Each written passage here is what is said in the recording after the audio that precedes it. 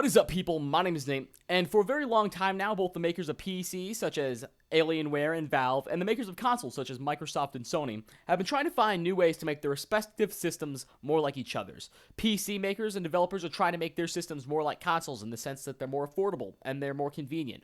Whereas console users are trying to make, or console developers per se, are trying to make their systems more PC-like by making them more powerful and giving the user a bit more freedom. When I say freedom, I mean the ability to take apart your system, put in new parts that you don't like, stuff like that, as well as modify games.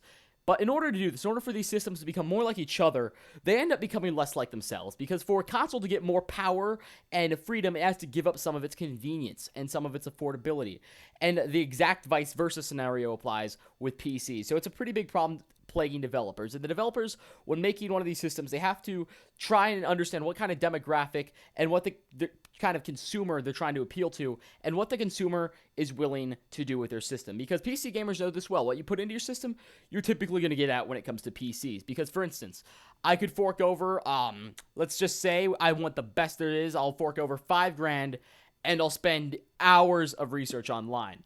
Now, most PCs you'll ever hear of a PC costing $5,000, but this is, of course, an exaggerated example. So I fork over $5,000, and I spend many hours of research understanding what kind of parts I'm getting, what kind of graphics card, processor, what have you, and that's what I'm putting into the PC. And obviously, I'm going to get a unprecedented gaming experience from it. It's going to be amazing. It's going to run at 300 FPS, which I'm sure I'm not going to be able to process that with my eyes, but 300 FPS, mind you, on extreme ultra high settings for any game, even the Total War Attila, just Total War Attila in general. Games like that, games that are really typically hard for consoles to run like Skyrim, I could mod the living crap out and have a balls to the wall experience, or ball dropping, jaw dropping, that's the word I was looking for, jaw dropping experience, not sexually, never mind.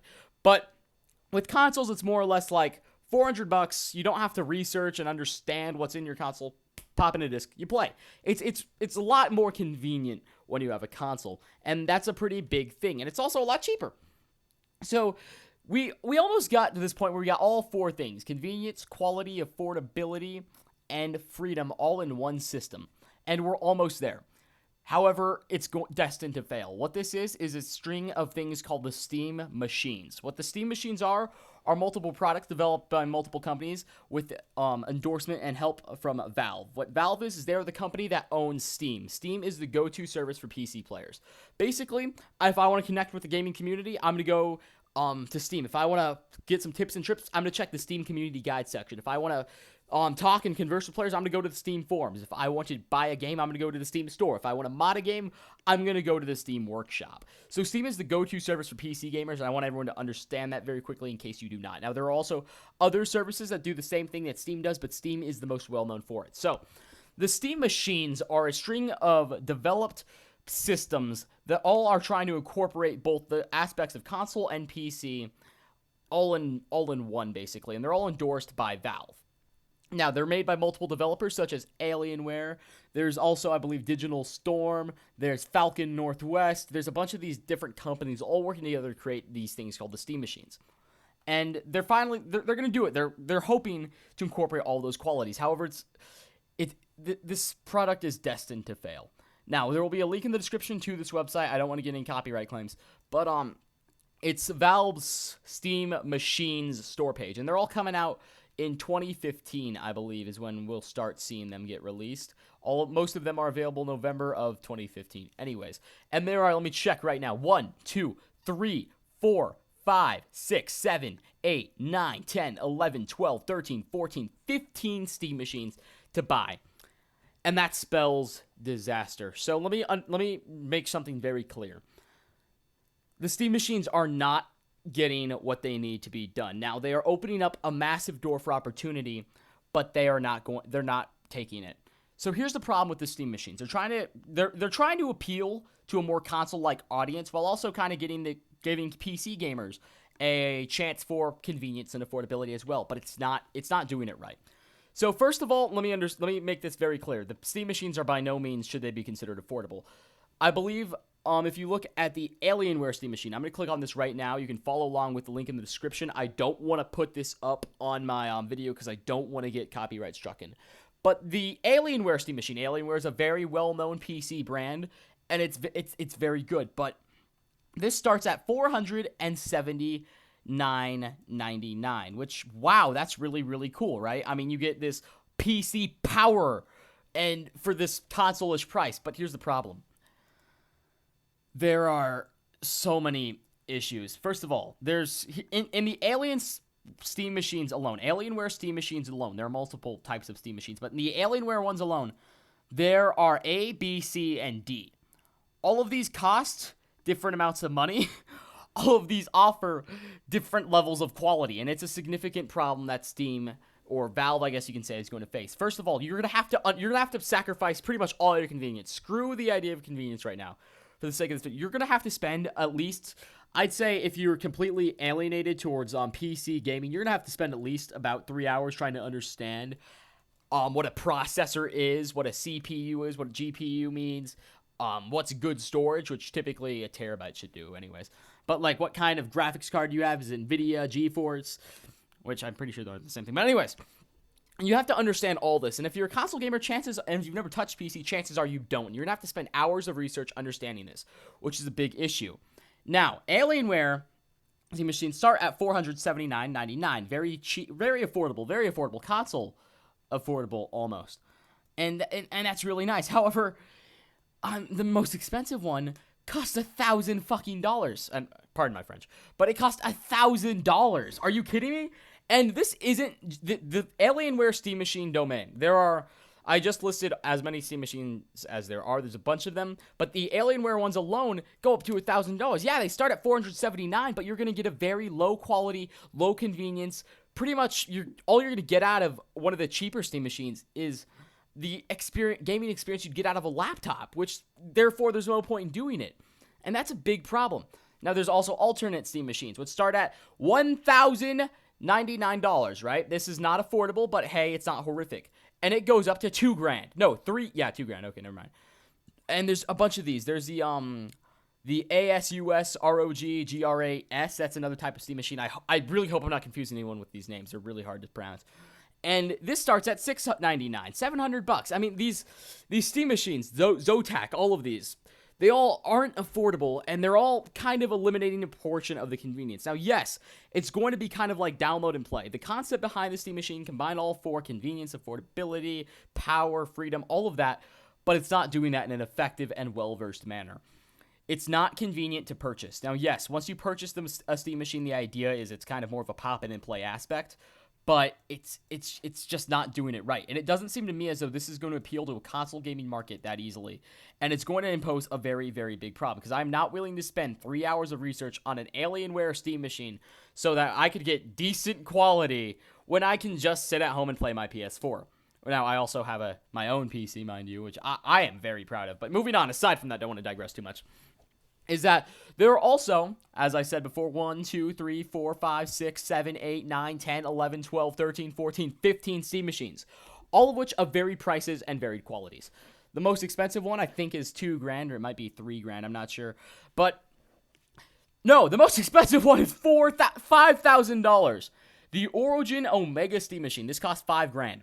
$4,999. And all of these, they have these massive price tags, so by no means should you consider these affordable by any sense. And they also fail to acknowledge another problem with consumers, is that consumers never want to feel one-upped. Basically, let me say it like this. Say I go to Taco Bell one day, right? I go to Taco Bell every day, actually. And no, I'm not morbidly obese. I think I'm moderate weight, but I don't know.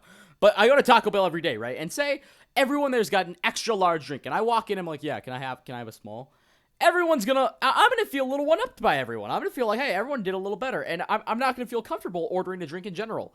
And that's a problem. Like, for instance, say PC gamers probably know this well. You don't feel comfortable with your machine unless it's top-notch, top-of-the-line, high quality. And I'm not sure if this is going to be an issue with the console market, but I assure you it will become one very quickly.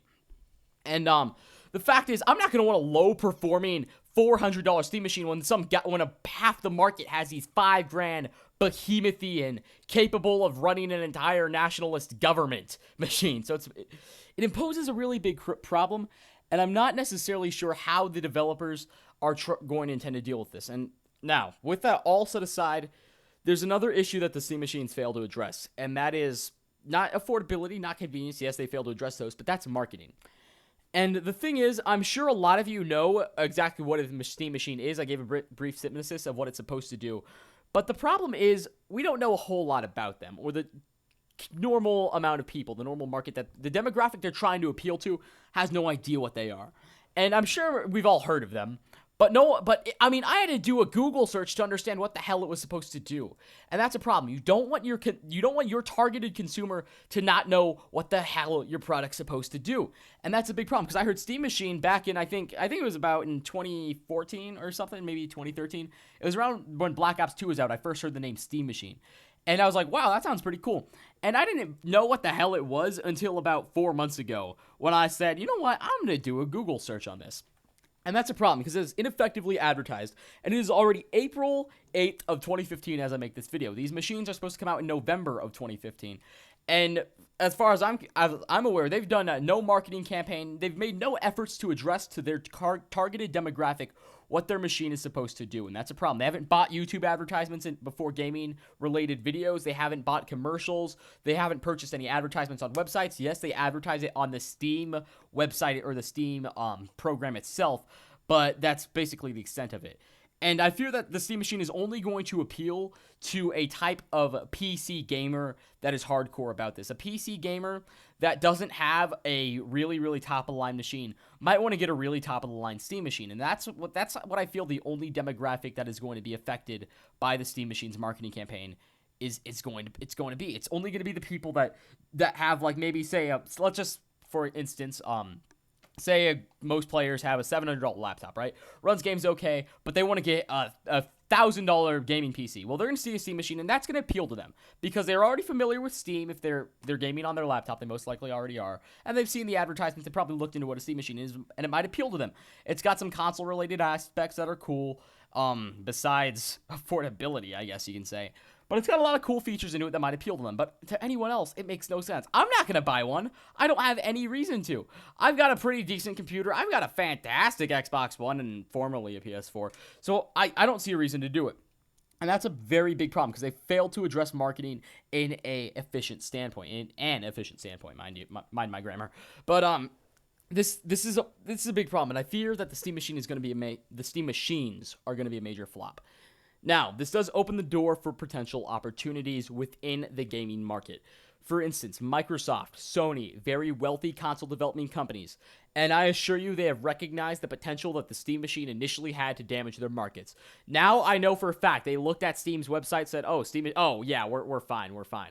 But I guarantee you, when they first heard of this idea, the Steam Machine idea of combining all four of the qualities I had mentioned earlier in the beginning of this video, they probably were a bit frightened. They probably did some research, and that's good because it forms competition. Sony, Microsoft, Valve, Steam, I guess you can say, and let's throw Nintendo a bone here, are all competing with each other for supremacy of a market, and competition is good for the consumer. It drives capitalism, and it's very, very, very good for us because it gives us better quality. Because I assure you, next time around, next gen, real next gen, PS5, Xbox 2, I guess you could say, that's going to be very, very, very good time for us because by then, Microsoft and Sony will have had time to address the Steam Machine issue and hopefully incorporate all four qualities into their systems. And if not, then I'm sure Valve will have had another go at it, and we'll finally be able to get a bit closer to this equilibrium of qualities that drives this competitive PC versus console debate, no matter what fanboyism says. Anyways, guys, thank you so much for watching. My name is Nate. Please rate where you feel necessary. Bye-bye, everyone. Peace.